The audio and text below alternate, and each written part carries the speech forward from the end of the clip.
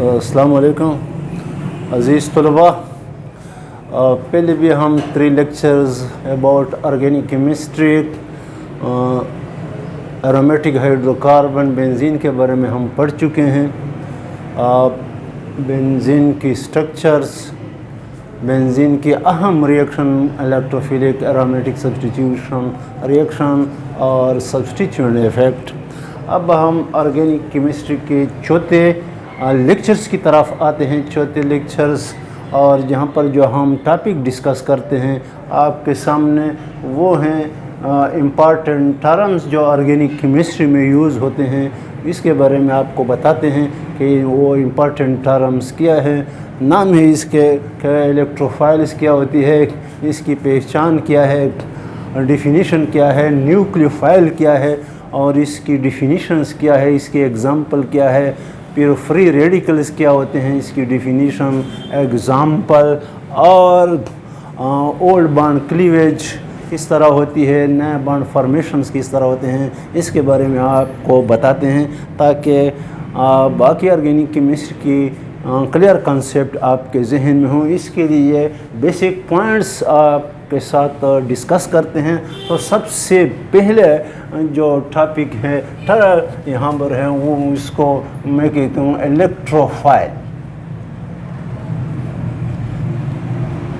Electro means electron, file means loving, electron loving species. यहाँ पर इसके साथ ब्रैकेट्स में मैं लिखता हूँ इलेक्ट्रॉन्स लविंग स्पीशीज। इलेक्ट्रॉन्स पर कौन सा चार्ज होता है? Negative charge. और जब नेगेटिव चार्ज के साथ लो करते हैं तो इसकी पहचान क्या होगी? Positive charge. तो इलेक्ट्रोफाइल की डिफिनेशन कि electrophiles are either positively charge species, electrophile are either positively charged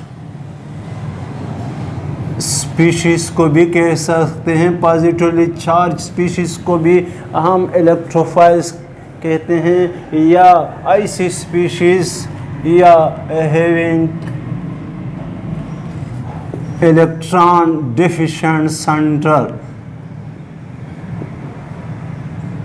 या ऐसे स्पीशीज़ जिसमें इलेक्ट्रॉन्स की कमी मौजूद हों, यानी इसके मॉलिक्यूल के सेंट्रल एटम के आउटर मोस्ट शेल्स में वैकेंट ऑर्बिटल्स मौजूद हों, इसको कहते हैं इलेक्ट्रॉन डेफिशिएंट सेंटर्स। तो electrophiles electron loving species, definition है कि या तो वो पॉजिटिवली चार्ज स्पीशीज़ होगा और इस पर पॉजिटिव चार्ज मौजूद होगा, या इसमें इलेक्ट्रॉन डेफिशिएंट सेंटर मौजूद होगी, तो ऐसी स्पीशीज़ को कहते हैं इलेक्ट्रोफाइल। आप कहेंगे कि क्या के एग्ज़ाम्पल है? यहाँ पर मैं लिखता हूँ एग्ज़ाम्पल्स Cl+, इसको हम कहते हैं chloronium ions. Electron loving species chloronium ion इसका नाम है। यहाँ पर दूसरे example H+, hydrogen ions, CH3+, carbonium ion. These are all the example of electrophiles. ये पॉजिटिवली चार्ज स्पीशीज़। अब इसकी तरफ आते हैं ऐसी स्पीशीज़ जिसमें इलेक्ट्रॉन डेफिशिएंट सेंटर मौजूद हों। Example boron trifluoride, ferric chloride, sulphur trioxide and so on. Boron trifluoride में central atom, boron trifluoride molecules में बोरान सेंट्रल एटम और इसके पास vacant orbital, electron deficient centre मौजूद हैं। आप कहेंगे कि किस तरह? बोरान, ये एग्जाम्पल लेते हैं। बोरान, इसकी atomic number 5, electronic configuration 1s2 2s2 2p1 के और एल शेल। हमेशा आउट बॉन्डिंग्स में एटम और एटम्स के वैलेंस शेल्स के इलेक्ट्रॉन्स टेक पार्ट्स।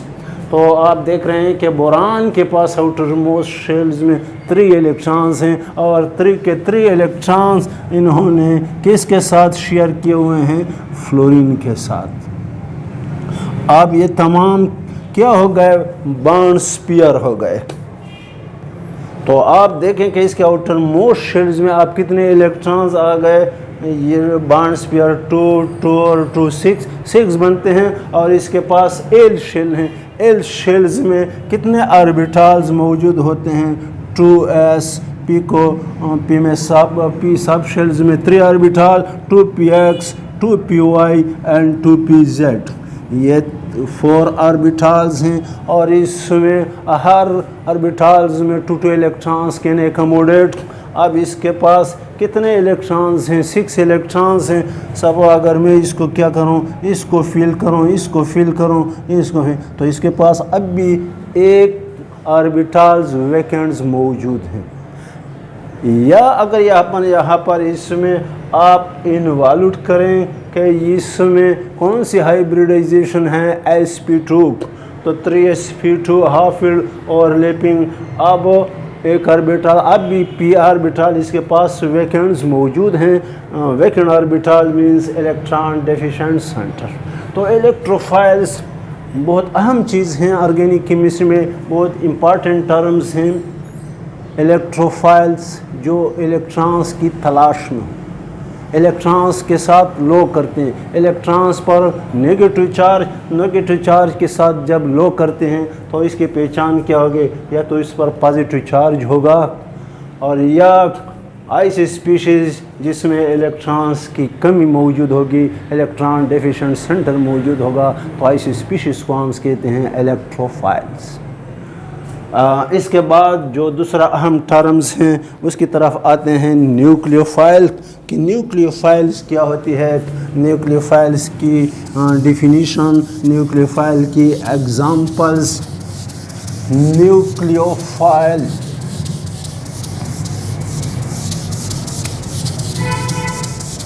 यहाँ पर मैं लिखता हूँ सेकंड अहम टर्म्स।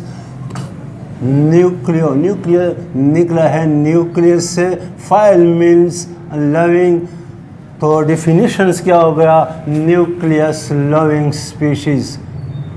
न्यूक्लियस में पॉजिटिव चार्ज मौजूद होता है, और जब पॉजिटिव चार्ज के साथ लव करते हैं इसकी पहचान क्या होगी, negative charge. Nucleus loving species is called nucleophile.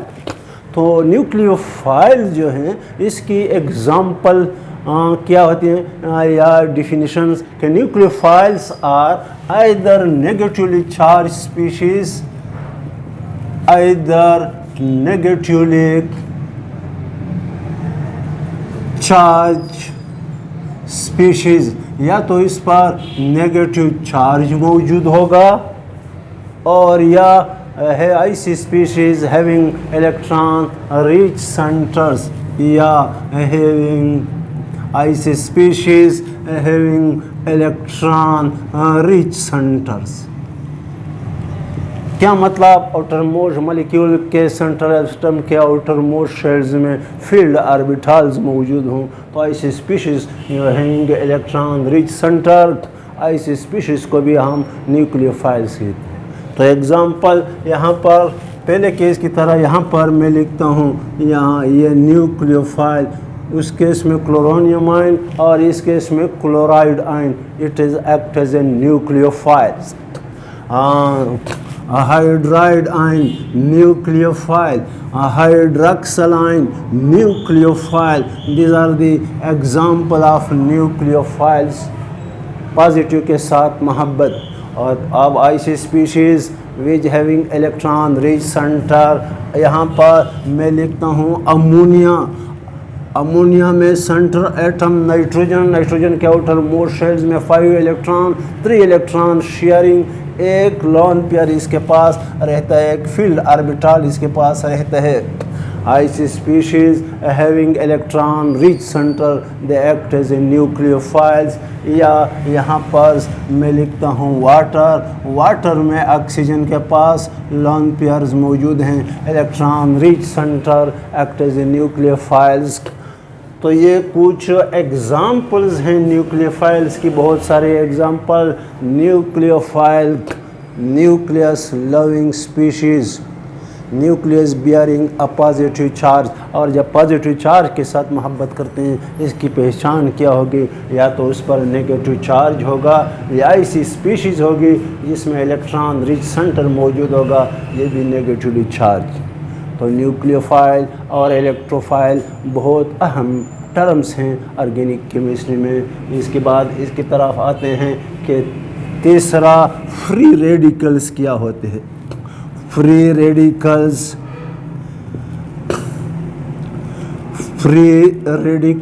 की डिफिनीशंस और फ्री रेडिकल की एग्जाम्पल्स। सिंगल एटम्स को भी हम फ्री रेडिकल्स कहते हैं, या ग्रुप ऑफ एटम्स को भी हम फ्री रेडिकल्स कहते हैं, having unpaired of electrons. Atom, single atoms को या ग्रुप ऑफ एटम्स को, group of atoms having unpaired of electrons. ऐसे एटम्स को, सिंगल एटम्स को या ग्रुप ऑफ एटम जिसके पास अनपेयर्ड ऑफ इलेक्ट्रॉन्स मौजूद हों, पेयर्ड नहीं, अनपेयर्ड इलेक्ट्रॉन्स मौजूद हों, सिंगल इलेक्ट्रॉन्स मौजूद हों, तो ऐसी स्पीशीज़ को हम कहते हैं free radical. Free radical highly reactive species होते हैं, रिएजेंट होते हैं। एग्जाम्पल्स, क्लोरीन की एग्जाम्पल तीनों में ले आते हैं। यहाँ पर दोबारा मैं क्लोरीन की एग्जाम्पल लेता हूँ। क्लोरीन 7 ग्रुप एलिमेंट्स हैं, आउटर मोस्ट शेल्स में 7 इलेक्ट्रॉन्स मौजूद हैं। 7 इलेक्ट्रॉन्स में 6 इलेक्ट्रॉन्स जो हैं ये पेयर्ड हैं, ये 1 इलेक्ट्रॉन्स पेयर, ये दूसरा इलेक्ट्रॉन्स पेयर, ये 6 इलेक्ट्रॉन्स हो गए, और 1 इलेक्ट्रॉन जो है ये क्या है, अनपेयर्ड। इसकी वजह से इसको कहते हैं free radical. Chlorine electrophile chloronium ion, chlorine negative nucleophile chloride ion, और ये chlorine free radicals atoms having unpaired of electrons. यहाँ पर दूसरी एग्जाम्पल हाइड्रोजन, यहाँ एटम है unpaired electrons act as a free radical. यहाँ पर तीसरी example CH3 group of atoms, carbon के पास 4 आउटर मोस्ट शेल्स में 4 इलेक्ट्रॉन्स हैं, 3 इलेक्ट्रॉन शेयर, 1 इलेक्ट्रॉन अब भी इसके पास रहते हैं, तो this is called free radical group of atom. Single atoms को या ग्रुप ऑफ एटम्स को having unpaired of electrons, they are called free radicals. तो ये तीनों के तीनों बहुत अहम टॉपिक हैं, इलेक्ट्रोफाइल्स, न्यूक्लियोफाइल्स और फ्री रेडिकल। इसकी कंसेप्ट आपके जहन में हो तो मतलब ऑर्गेनिक केमिस्ट्री में हमारे लिए बहुत आसान होगा। लेक्चर्स की कंसेप्ट आपको आएगी इंशाल्लाह बहुत इजीली, क्योंकि ये बेसिक चीज़ हैं जो इसमें यूज़ होते हैं। और इसके बाद चौथे टर्म्स की तरफ आते हैं, रिएक्टेंट और product. Chemical change, chemical change को हम रिप्रेजेंट्स करते हैं बाई केमिकल इक्वेशंस। तो रिएक्टेंट होते हैं दो स्पीशीज़ विच रिएक्ट टुगेदर्स, और नए स्पीशीज़ जो प्रोडक्ट्स कहलाते हैं बनते हैं। तो रिएक्टेंट्स में एटम्स के दरमियान ओल्ड बॉन्ड्स क्लीवेज होती है, और प्रोडक्ट्स में नए बॉन्ड फॉर्मेशन होते हैं। तो बॉन्ड्स ब्रेकिंग एंडोथर्मिक प्रोसेस हैं, बॉन्ड फॉर्मेशन एक्सोथर्मिक प्रोसेस हैं। तो आप देखते हैं कि इसमें इलेक्ट्रोफाइल, न्यूक्लियोफाइल और फ्री रेडिकल्स का और रोल्स कैसे है। चौथा टर्म्स ओल्ड बॉन्ड क्लीवेज या old bond fissions, old bond cleavage. तो old bond cleavage chemical change preparations जो और केमिकल प्रॉपर्टीज़ में आते हैं, जिसे हम केमिकल इक्वेशन से इंडिकेट्स करते हैं। तो ओल्ड बॉन्ड क्लीवेज जो होती हैं, जो दो स्पीशीज़ जिसे आप रिएक्टेंट्स कहते हैं, रिएक्ट टुगेदर्स, आप इसमें एटमों के दरमियान ओल्ड बॉन्ड्स की ब्रेकअप होगी, ओल्ड बॉन्ड्स क्लीवेज होगा। तो ओल्ड बॉन्ड क्लीवेज हम दो रूट्स पर करते हैं, या तो हम चलते हैं इलेक्ट्रोफाइल न्यूक्लियोफाइल फॉर्मेशंस पर, और या through formation of free radicals. तो यहाँ पर ओल्ड बॉन्ड क्लीवेज को डिवाइड्स करते हैं। नंबर 1, एक को हम कहते हैं होमोलिटिक क्लीवेज या होमोलिटिक फिशंस, और दूसरे को हम कहते हैं हेटेरो या हेट्रोलिटिक फिशंस। ट्रोलिटिक,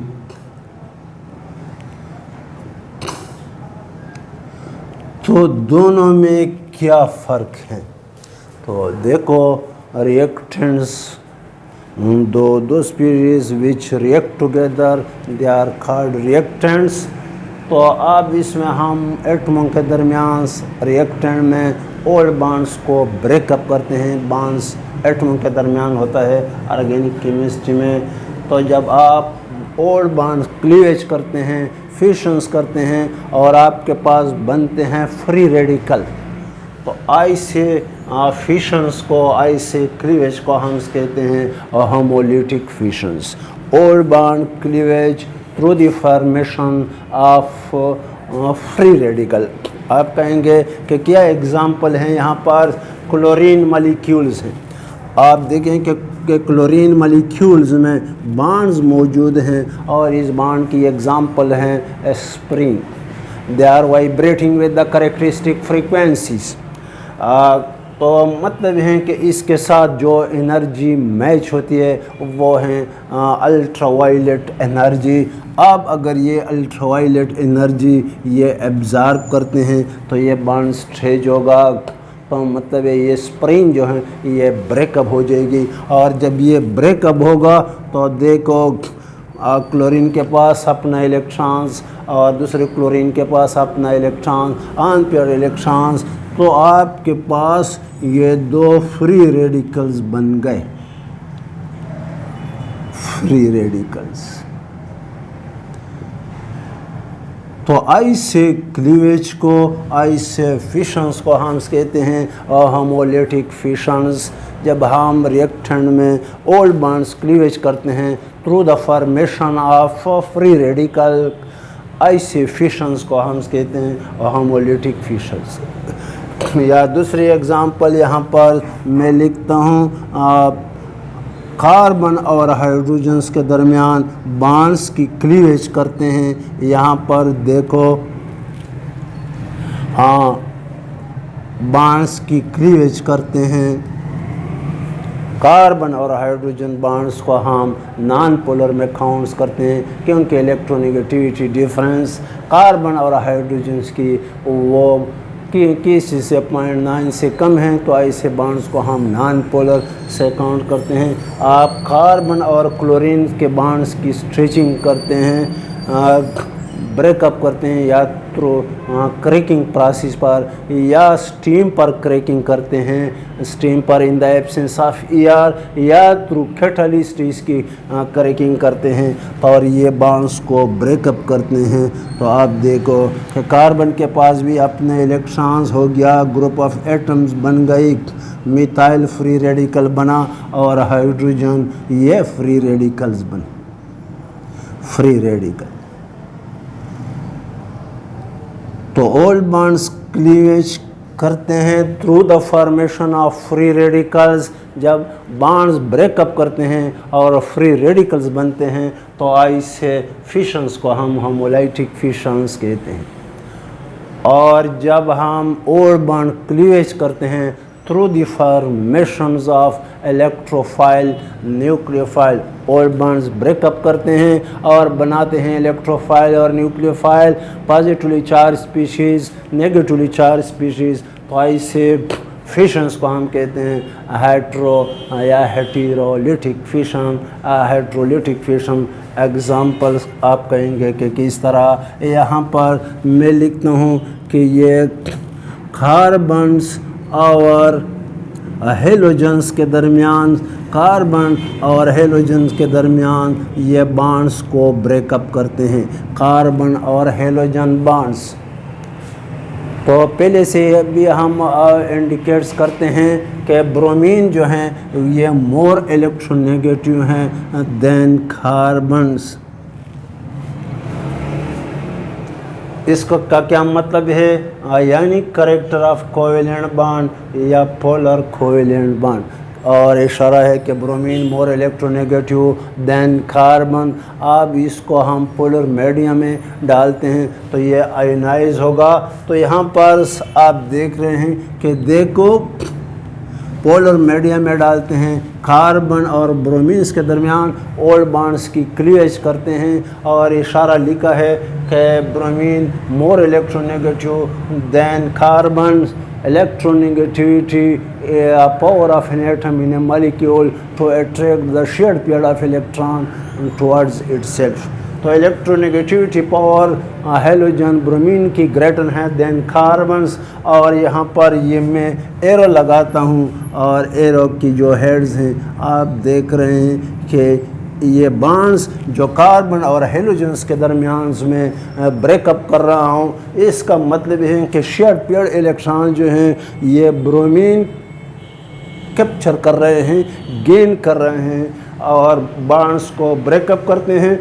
और इसका मतलब यह है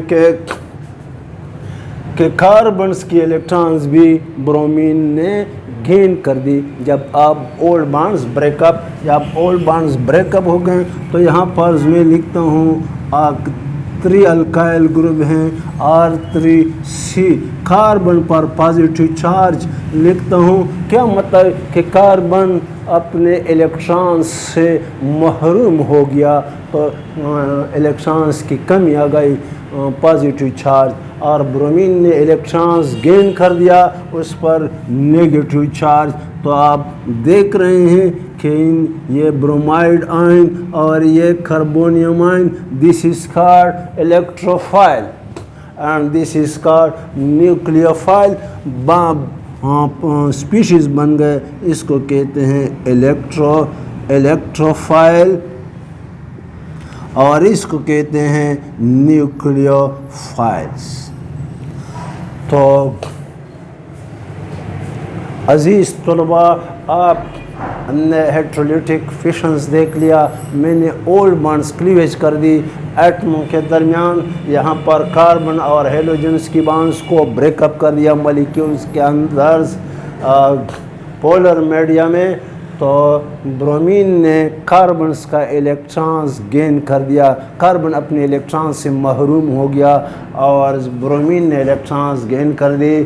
तो एटम या ग्रुप ऑफ एटम इलेक्ट्रॉन एक इलेक्ट्रॉन से महरूम होते हैं तो उस पर पॉजिटिव चार्ज आते हैं, 2 इलेक्ट्रॉन से महरूम होते हैं तो डबल पॉजिटिव चार्ज। और इसका मतलब है कि ब्रोमीन ने एक एक्स्ट्रा इलेक्ट्रॉन्स गेन किया हुआ है, नेगेटिव चार्ज। तो दोनों स्पीशीज़ आप देख लें, this is called electrophile carbonium ion, और इसको कहते हैं ब्रोमाइड आयन न्यूक्लियोफाइल। तो formation of electrophile and nucleophile through the old bond cleavage, ऐसी फिशंस को हम हेट्रोलिटिक फिशंस कहते हैं। तो ये प्रोसेस हम करते हैं, ये क्या है, एंडोथर्मिक प्रोसेस हैं, या हम रिएक्टेंट्स करते हैं। रिएक्टेंट्स में ओल्ड बॉन्ड्स क्लीवेज होती है। तो old bond cleavage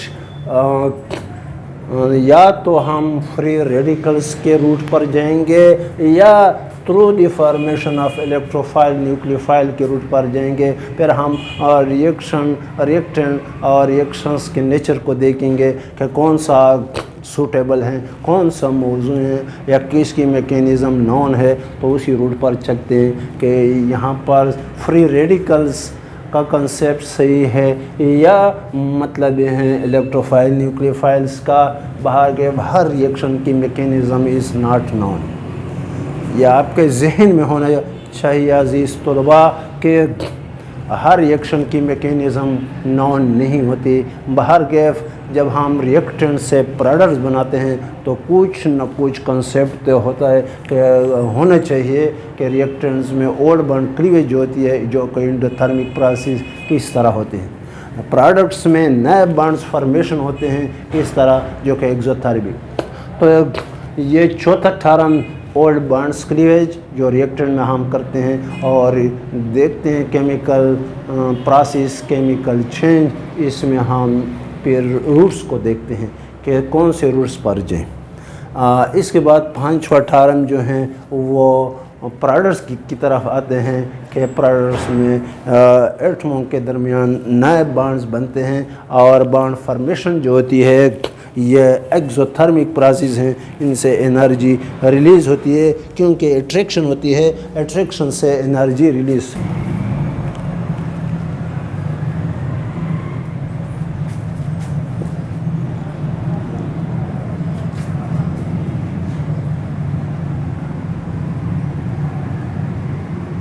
new bond formation के इक्वेशंस में, केमिकल प्रोसेस में, केमिकल चेंज में किस में होती है? प्रोडक्ट्स में होते हैं। तो प्रोडक्ट्स में जब हम ओल्ड बॉन्ड्स बनाते हैं तो बिल्कुल उल्टा है फिशंस की तरह कि या तो हम फ्री रेडिकल को कंबाइंस करते हैं, इसके दरमियान नए बॉन्ड्स बनाते हैं, और या इलेक्ट्रोफाइल न्यूक्लियोफाइल को कंबाइंस करते हैं नए बॉन्ड फॉर्मेशंस। तो पहले नए बॉन्ड फॉर्मेशन को करते हैं थ्रू फ्री रेडिकल।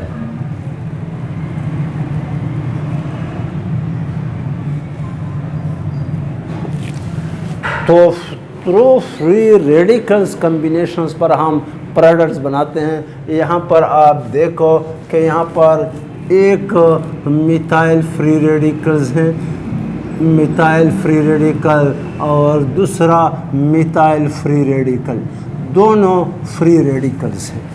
और फ्री रेडिकल की कंसेप्ट आपके जहन में आ गई कि एटम्स हैं या group of atom having unpaired of electrons, ये फ्री रेडिकल और ये दोनों फ्री रेडिकल्स हैं और ग्रुप ऑफ एटम्स हैं, दोनों के पास अनपेयर्ड ऑफ इलेक्ट्रॉन्स मौजूद हैं। तो ये कार्बन और ये कार्बन आपस में शेयरिंग करके मिथाइल और मिथाइल कम्बिनेशन से आपके पास जो प्रोडक्ट बना उसका नाम होगा ईथेन। तो यहाँ पर through the combination of free radical CH3 carbons के दरमियान जो नया बॉन्ड्स बना ये through the combination of free radicals, आपके पास मिथाइल फ्री रेडिकल से आपके पास प्रोडक्ट बन गया ईथेन बना। तो अब आपने देख लिया कि मिथाइल फ्री रेडिकल और मिथाइल फ्री रेडिकल से ईथेन। आप दूसरी एग्जांपल भी लिख सकते हैं कि यहाँ पर ये हाइड्रोजन्स हैं, हाइड्रोजन फ्री रेडिकल्स हैं, और दूसरे यहाँ पर मैं लिखता हूँ कि यहाँ ये OH फ्री रेडिकल हैं, फ्री रेडिकल्स H और OH फ्री रेडिकल। तो इसकी कम्बिनेशन से आपके पास ये नए बॉन्ड्स फॉर्मेशन बना ये वाटर।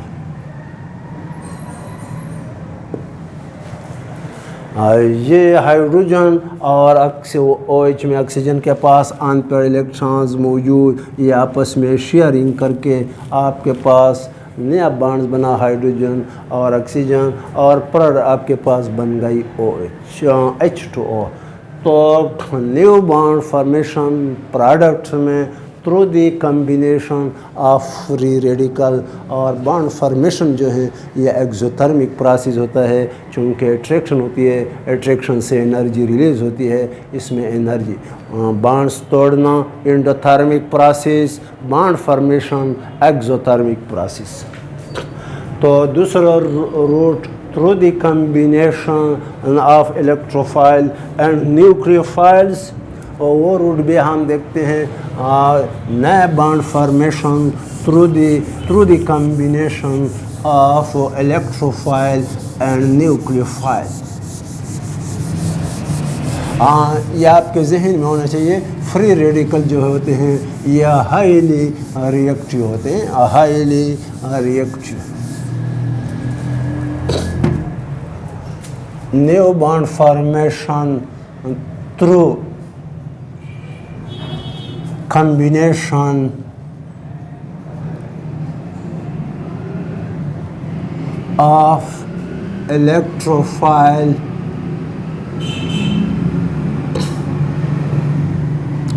and nucleophile.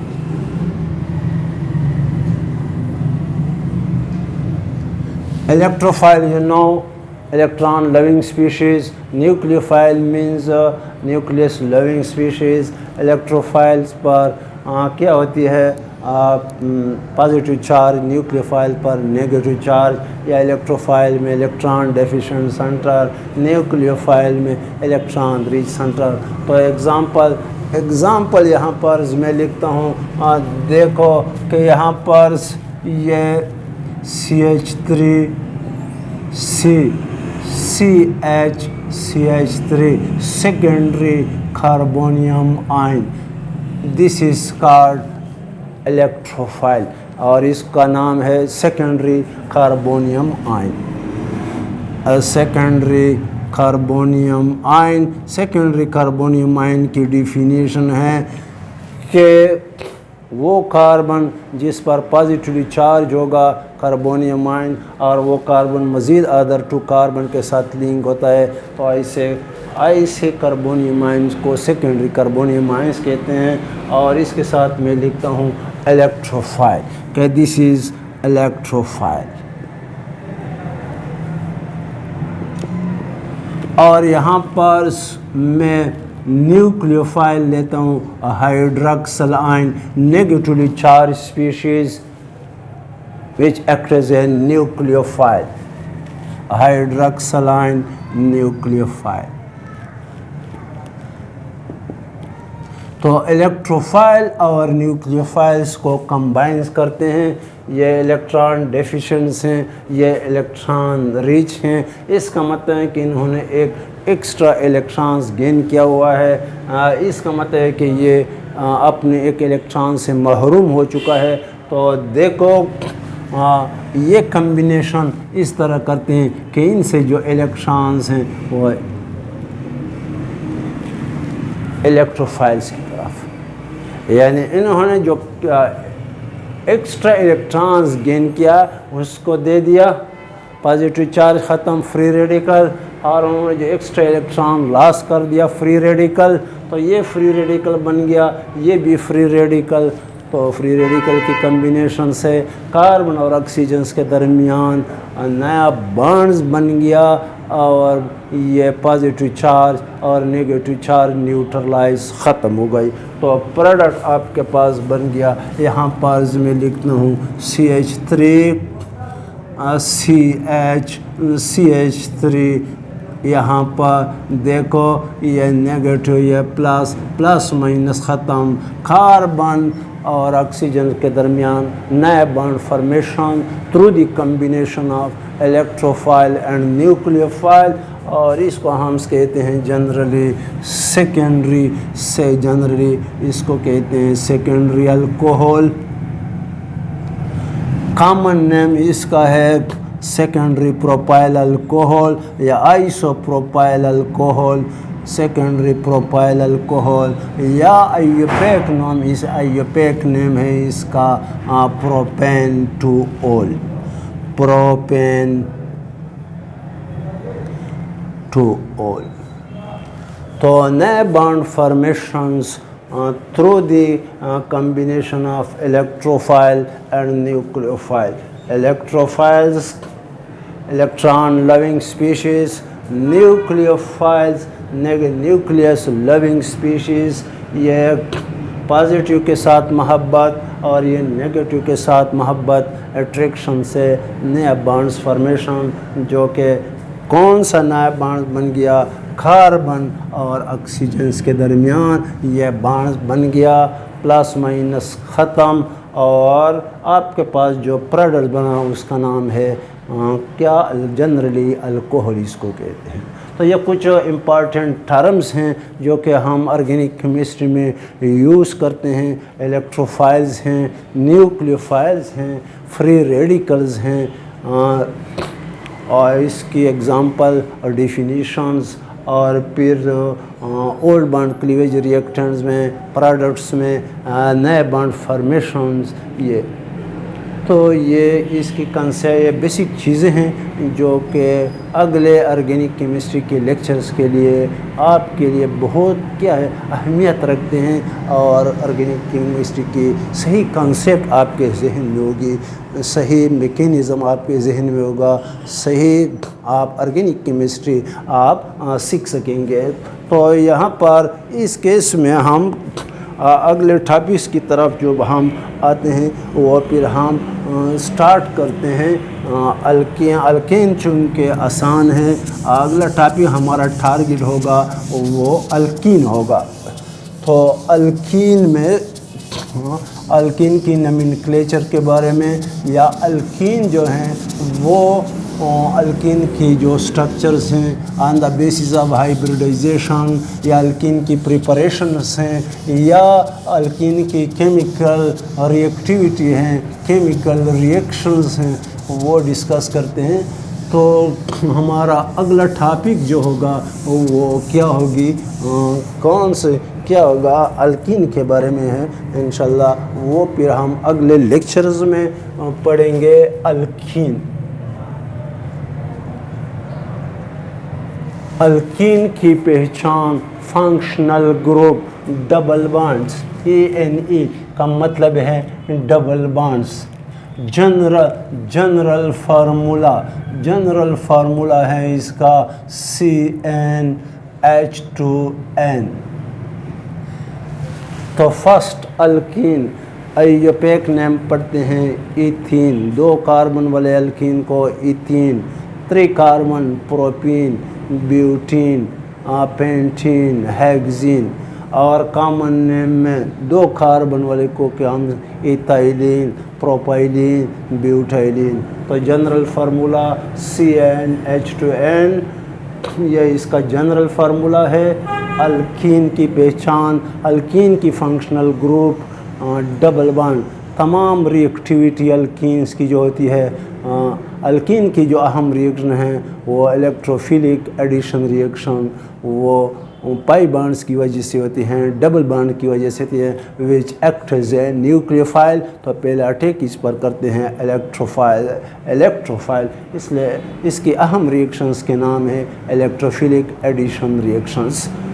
तो बाहर के अगले लेक्चर में हम अल्कीन का स्ट्रक्चर, फर्स्ट अल्कीन इथीन, या अल्कीन की स्टेबिलिटी ऑफ अल्कीन पढ़ते हैं। स्टेबिलिटी ऑफ अल्कीन के बाद अल्कीन की स्ट्रक्चर, पहला अल्कीन इथीन, उसकी स्ट्रक्चर, फिर इसकी केमिकल रिएक्शन या केमिकल प्रॉपर्टीज़ वो डिस्कस करते हैं ये, और इंशाल्लाह वो फिर आपके लिए क्या होगा, मुश्किल नहीं होगा, आसान होगा। शुक्रिया।